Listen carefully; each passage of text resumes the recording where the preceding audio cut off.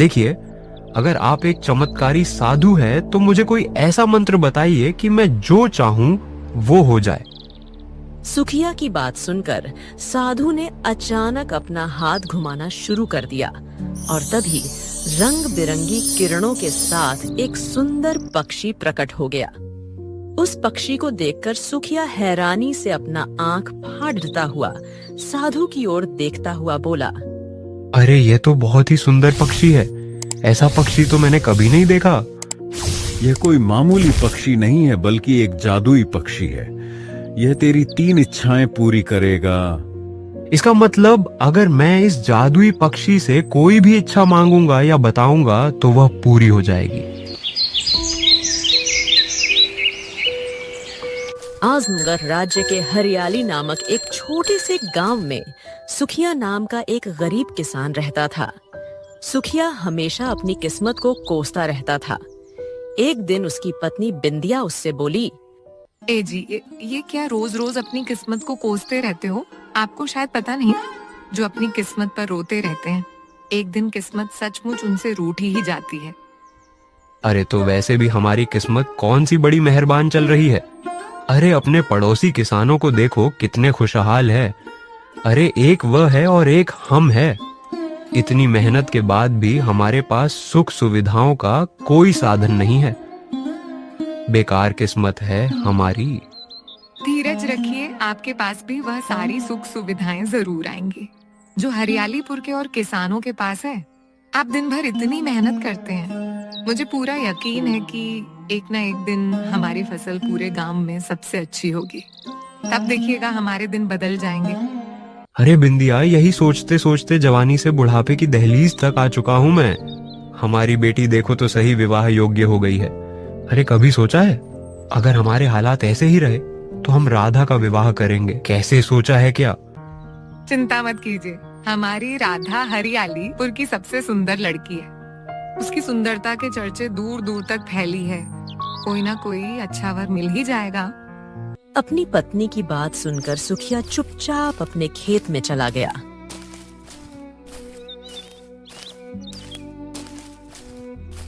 और कड़ी धूप में हल चलाने लगा।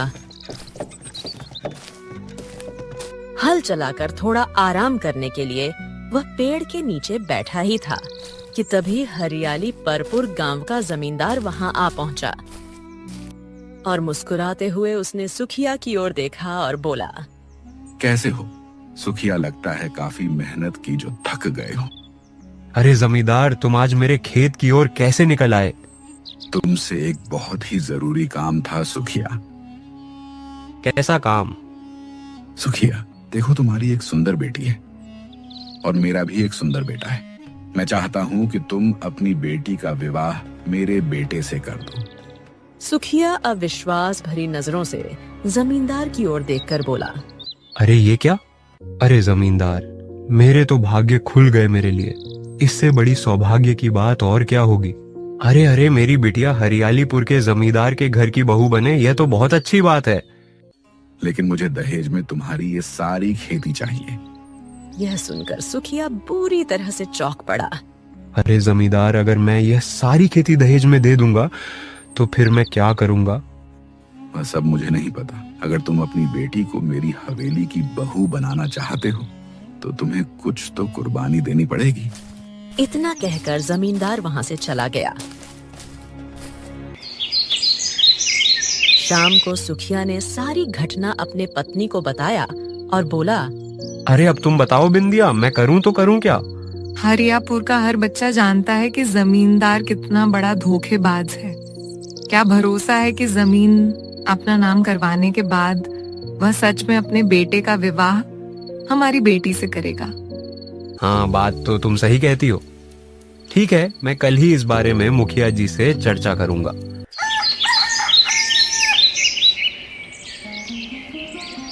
अगले दिन सुखिया मुखिया के घर चला गया और सारी घटना बताते हुए बोला, हाँ, अब तुम ही बताओ मुखिया जी, क्या मुझे जमींदार की बात पर भरोसा करना चाहिए या फिर नहीं? देखो सुखिया, तुम जमींदार को नहीं जानते।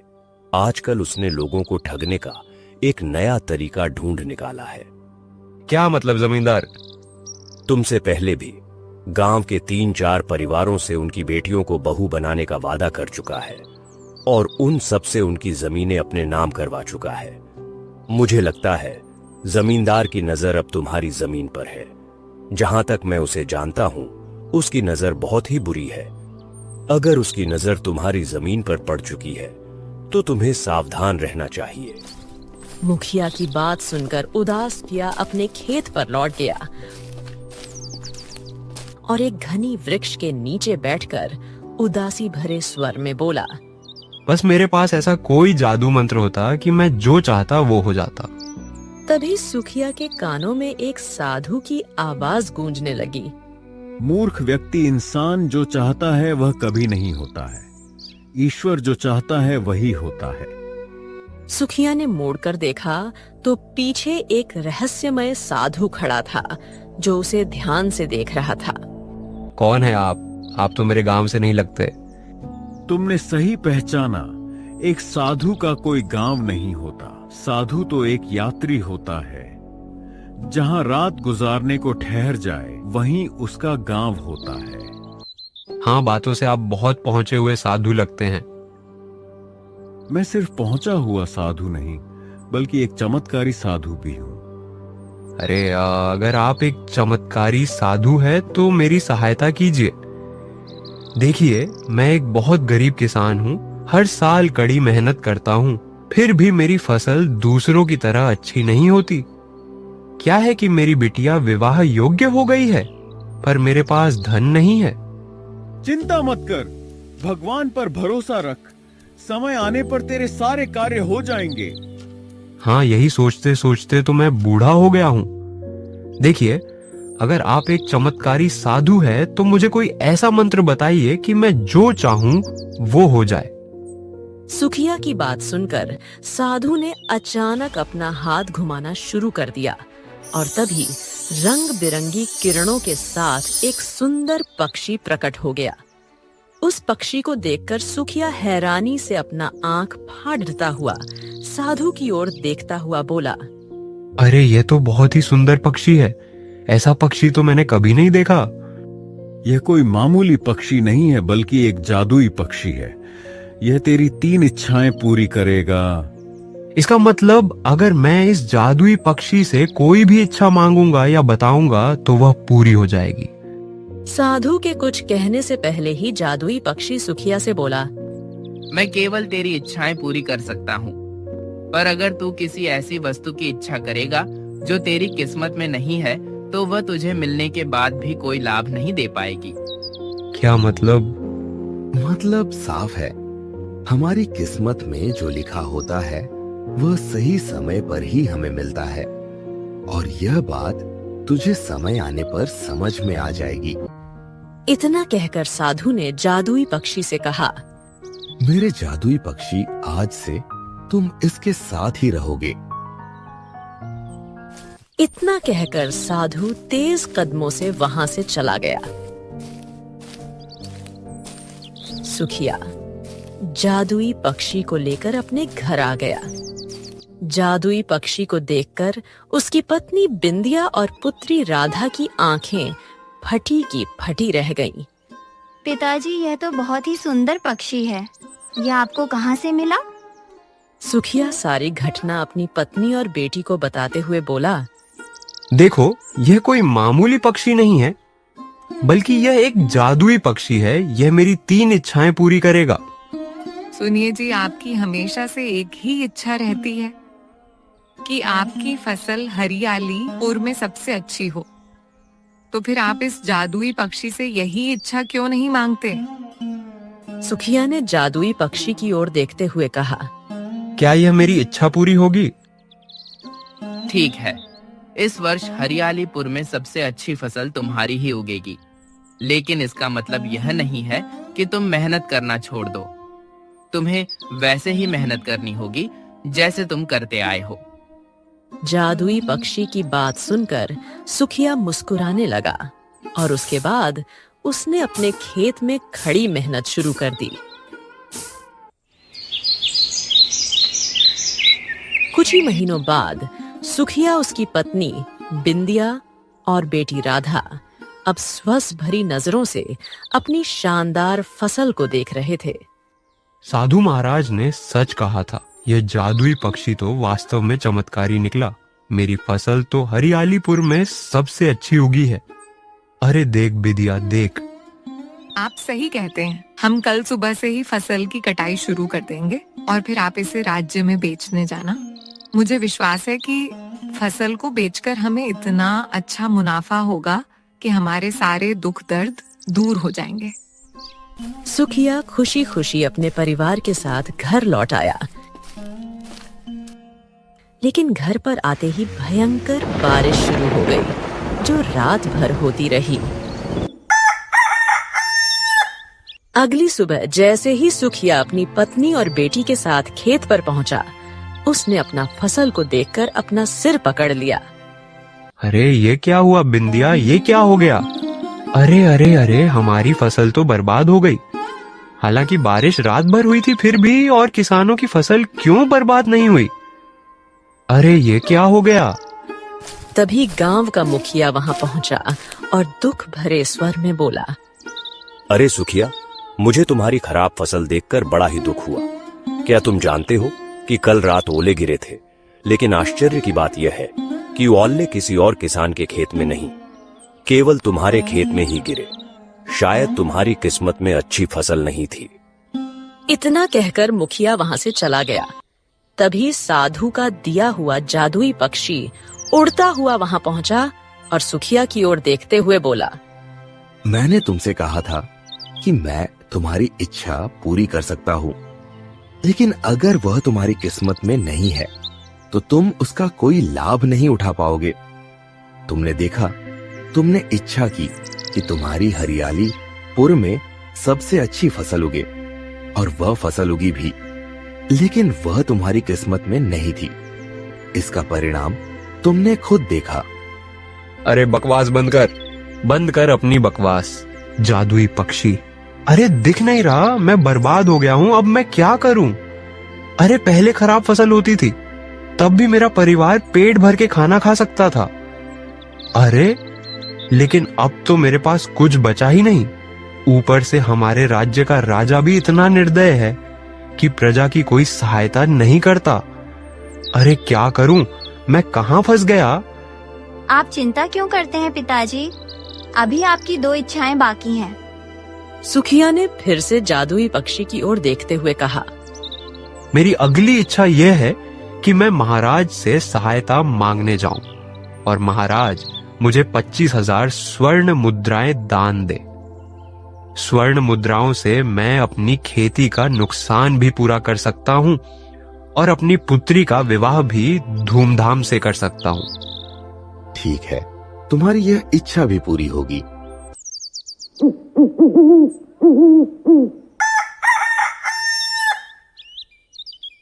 अगले दिन सुखिया किशनगढ़ राज्य के महल के अंदर राजा विक्रम के सामने खड़ा था। कौन हो तुम? यहाँ क्या करने आए हो?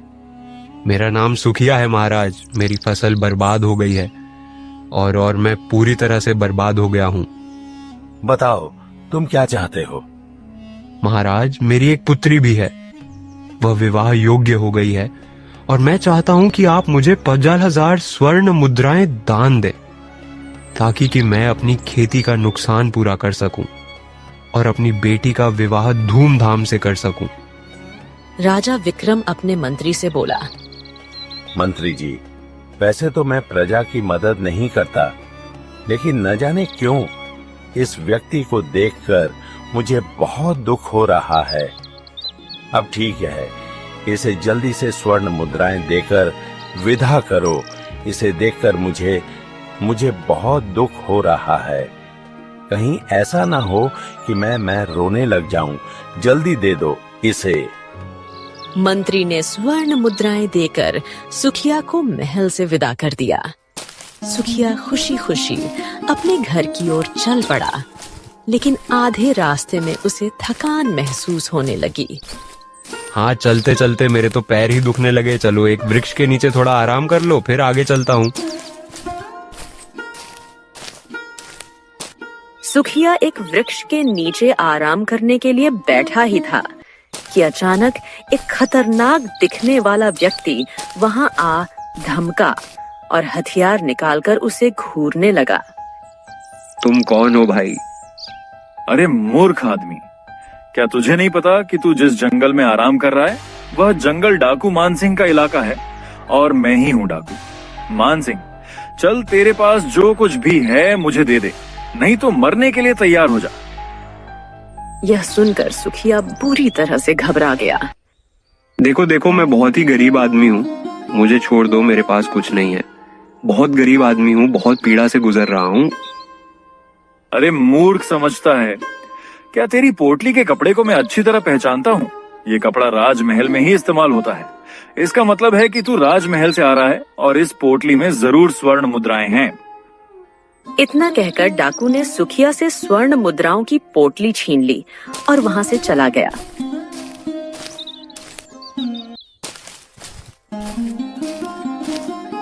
सुखिया रोते हुए अपने घर पहुंचा और सारी घटना बताते हुए अपनी पत्नी से कहा, अरे मैं तो बर्बाद हो गया, लुट गया। अरे अब अगर मैं दोबारा महाराज के पास जाऊंगा तो वो मुझे दोषी समझेंगे और दोबारा मेरी कोई सहायता नहीं करेंगे। अरे मैं क्या करूं? तभी वहां जादुई पक्षी आ पहुंचा।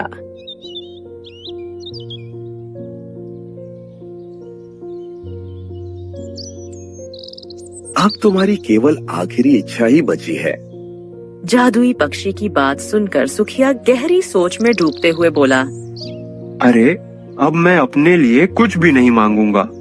सुनो, मैं चाहता हूँ कि जमींदार मुझसे दान दहेज के बिना अपने पुत्र का विवाह मेरी बेटी से संपन्न करा दे। मेरी बेटी जमींदार के घर की बहू बन जाएगी और अपना सुखी जीवन व्यतीत करेगी। इससे अधिक मुझे और क्या चाहिए? ठीक है, जैसा तुम चाहो वैसा ही होगा।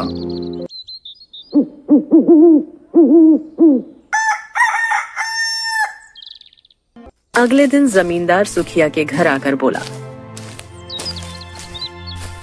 सुखिया, उस दिन मैंने तुमसे दहेज की जो बात की थी वह मैं वापस लेता हूं।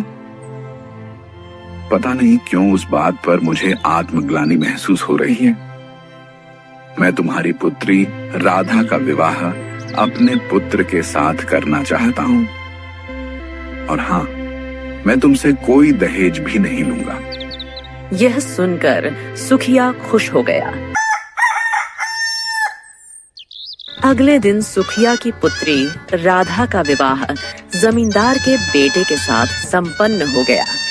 सुखिया खुश होता हुआ अपनी पत्नी बिंदिया से बोला, हाँ, कम से कम एक इच्छा तो पूरी हुई। क्यों बिंदिया? चलो, अच्छा लग रहा है।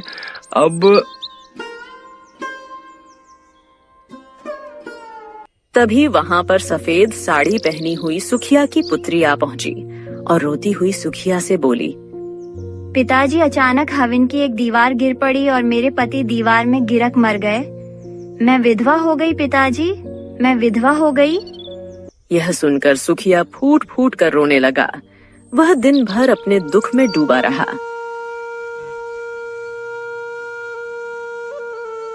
शाम को वह अपने खेत में एक पेड़ के नीचे उदासी से बैठ गया। तभी वहां वह जादुई पक्षी आ पहुंचा।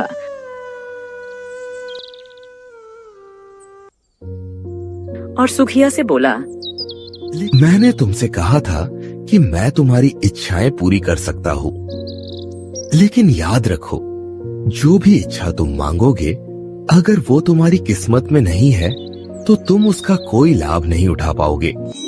अचानक वहां वही साधु आ गया और रहस्यमय अंदाज में सुखिया से बोला, जब पहली बार जादुई पक्षी ने तुमसे बात की थी तब शायद तुम इस बात को नहीं समझे थे, लेकिन मुझे लगता है अब तुम समझ गए हो। अरे साधु महाराज, तो क्या मेरी किस्मत हमेशा ऐसी ही रहेगी क्या? नहीं, मेरी एक बात हमेशा याद रखना, किस्मत उन्हीं की बदलती है जो अपने कर्म को ईमानदारी से करते हैं। वह फल की इच्छा नहीं रखते और ऊपर वाले पर भरोसा करते हैं और सही समय का इंतजार करते हैं। इतना बोलकर साधु अपने जादुई पक्षी के साथ वहां से चला गया। सुखिया चुपचाप अपने घर आ गया। अगली सुबह सुखिया जैसे ही सोकर उठा, तभी दरवाजे की कुंडी पर किसी ने खटखटाया। सुखिया ने जैसे ही दरवाजा खोला तो सामने एक सुंदर राजकुमार खड़ा था। सुखिया राजकुमार को देखकर चौंक पड़ा। क्या आप मुझे अंदर आने के लिए नहीं कहेंगे? राजकुमार सुखिया के घर के अंदर आया और बोला, मैं राजा विक्रम का पुत्र अशोक हूँ। कुछ दिनों पहले मैं प्रजा का हालचाल लेने के लिए निकला था, तभी मेरी नजर आपकी पुत्र पर पड़ी। मुझे पहली नजर में उससे प्रेम हो गया, मगर महल जाने के बाद मैं आपके गांव का नाम भूल गया। तब से मैं इस गांव का नाम लगातार याद कर रहा था, जहां मैंने आपकी सुंदर कन्या को देखा था। परंतु आज रात मुझे अचानक याद आ गया और मैं यहां तक आ पहुंचा। मैं आपकी पुत्री से विवाह करना चाहता हूं। लेकिन राजकुमार, मेरी पुत्री एक विधवा है। हाँ, मुझे गांव के लोगों ने बताया, परंतु मुझे कोई आपत्ति नहीं है। मैं फिर भी उससे विवाह करना चाहता हूं और मैं उससे विवाह आज ही करूंगा। राजकुमार उसी दिन सुखिया की पुत्री राधा से मंदिर में विवाह करके अपने महल में ले गया। सुखिया को अभी भी विश्वास नहीं हो रहा था कि उसकी पुत्री किशनगढ़ राज्य की रानी बन चुकी है। सुखिया खुशी के मारे पूरी रात नहीं सोया।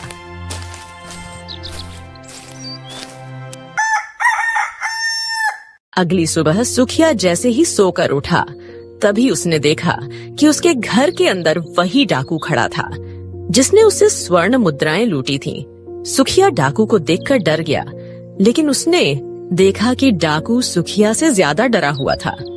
मुझे पता चला कि तुम्हारी पुत्री का विवाह राजा विक्रम के पुत्र अशोक से हो गया। जब मैंने सुना तो मैं बुरी तरह से डर गया, क्योंकि मैं हरियाली पर गांव आता जाता रहता हूँ। मैं तुम्हारी 25,000 स्वर्ण मुद्राएं वापस लौटाने आया हूँ और मैं डकैती का काम भी छोड़ रहा हूँ। तुम मेरी शिकायत अपने दामाद से मत करना, नहीं तो वह मुझे फांसी पर लटका देगा। कृपया करके मेरा मान रख लेना। मैंने तुम्हारे पैसे वापस कर दिए।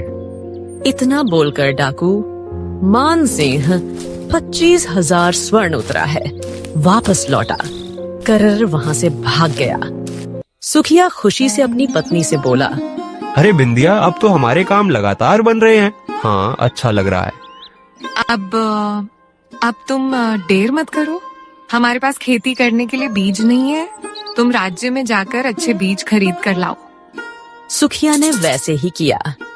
अच्छे बीज खरीदकर अपने खेत में बो दिए।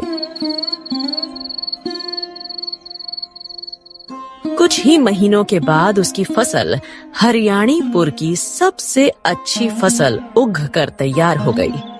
इस तरह वह खुशी खुशी रहने लगा।